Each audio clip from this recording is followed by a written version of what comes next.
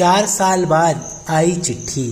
शेखर 4 बहनों का इकलौता और सबसे छोटा भाई था। चारों बहनी की शादी हो चुकी थी।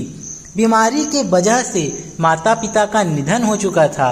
4 बहनों ने अपने इकलौते भाई के लिए एक से बढ़कर एक लड़कियां ढूंढी, लेकिन शेखर हर बार कोई ना कोई बहाना बना देता और शादी के लिए मना कर देता।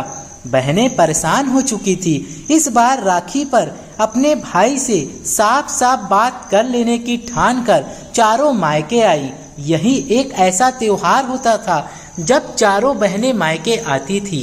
राखी बांधने का काम पूरा होने के बाद चारों बहनें शेखर को घेर कर बैठ गई और एक एक कर सवाल पर सवाल करने लगी कि वो क्यों किसी लड़की को पसंद नहीं कर रहा। परेशान होकर शेखर ने बता ही दिया कि वो अपने ऑफिस की एक लड़की पायल से प्यार करता है और उसी से शादी करना चाहता है। पायल एक अलग जाति से थी। बहनों ने ऐतराज जताया कि उनके घर में ये सब नहीं चलता। दूसरी बहन बोली कि हम अपने ससुराल में क्या जवाब देंगे। तीसरी बोली, अगर तुमने ऐसा किया तो हम समझेंगे कि हमारा मायका अब नहीं रहा। उसे लगा ऐसा कहने पर शेखर शायद अपना विचार बदल ले। शेखर जो बचपन से ही जिद्दी था, उसने अपना फैसला सुना दिया, मैं शादी करूंगा तो बस पायल से। चारों बहनें शेखर की जिद जानती थी। चारों नाराज होकर अपने ससुराल वापस चली गई। शेखर ने सबको मनाने की बहुत कोशिश की पर कोई नहीं माना। आखिर उसने पायल से कोर्ट मैरिज कर ली। ऐसे में बहनों ने उससे बोलना तक बंद कर दिया। शेखर को हर साल राखी पर अपनी बहनों की याद आती थी। पायल भी उस दर्द को समझ सकती थी। शेखर दोस्तों से अपनी बहनों की खबर लेता रहता था।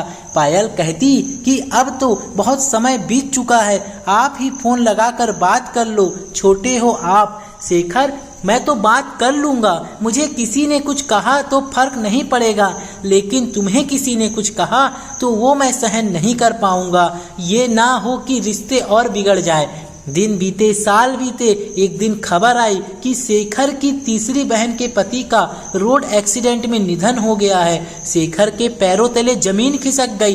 पायल ने शेखर के तुरंत निकलने की तैयारी कर दी। शेखर निकलते निकलते रुक गया। शेखर, मैं वहाँ कैसे? पायल, अभी आपकी सबसे ज्यादा जरूरत आपकी बहन को है। कोई कुछ बोल भी दे तो सुन लीजिएगा।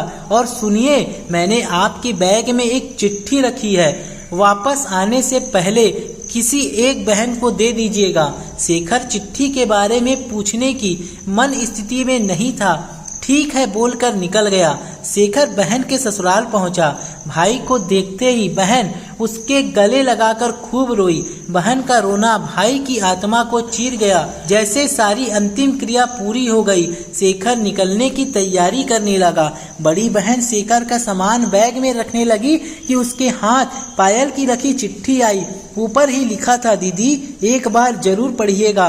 बहन ने हिचकिचाहट में चिट्ठी खोली जिसमें लिखा था, प्रणाम, मैं सबसे पहले तो माफ़ी चाहती हूँ कि इस दुख की घड़ी में मैं वहाँ आप लोगों के साथ नहीं हूँ, पर मैं और आपके भाई हमेशा आप लोगों के साथ है।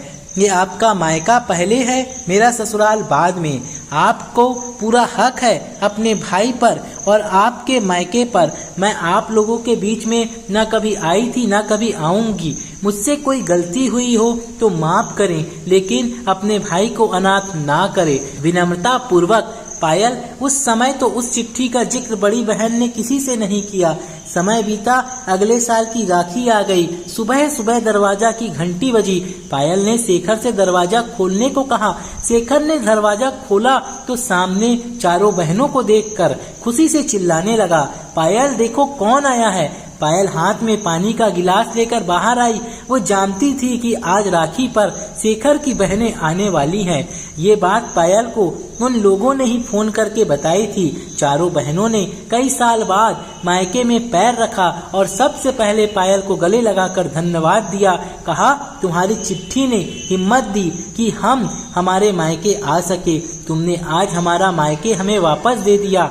हमेशा खुश रहो। शेखर के हाथ में इतने सालों बाद उसकी बहनों ने राखी बांधी। उसकी खुशी उसके आंखों में नजर आ रही थी, जिसे देखकर पायल भी खुश थी। आप अपने जानने वाले मित्रों, सगे संबंधियों को भी इस कहानी को शेयर करें, ताकि पुरानी भूली बिसरी बातों को भुलाकर हर भाई बहन इस रक्षाबंधन में एक हो जाएं। धन्यवाद।